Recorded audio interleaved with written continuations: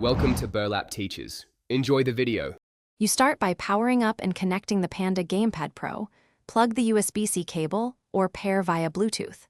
Once done, open the companion app on your device so settings sync. Make sure firmware updates complete before configuring profiles, because drivers install during that first handshake.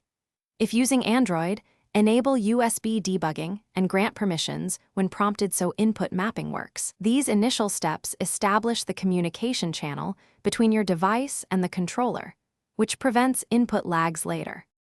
You now configure the core mappings. Select a profile matching your game and begin assigning each button, stick, and trigger. As you map, set dead zones and sensitivity. Smaller dead zones give sharper response, larger reduce drift.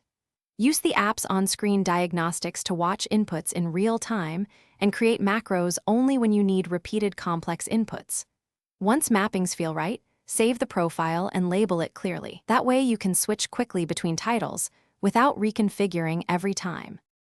You finish by saving the profile to the Panda Gamepad Pro's internal memory and conducting in-game tests to confirm latency and responsiveness meet expectations.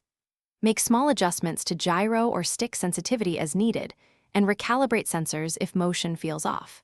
If something goes wrong, reboot your host device, reinstall the driver or app, and only then perform a factory reset on the controller. That sequence prevents losing custom profiles unnecessarily. One key tip: check cable and Thanks for watching. Consider subscribing if this video helped you.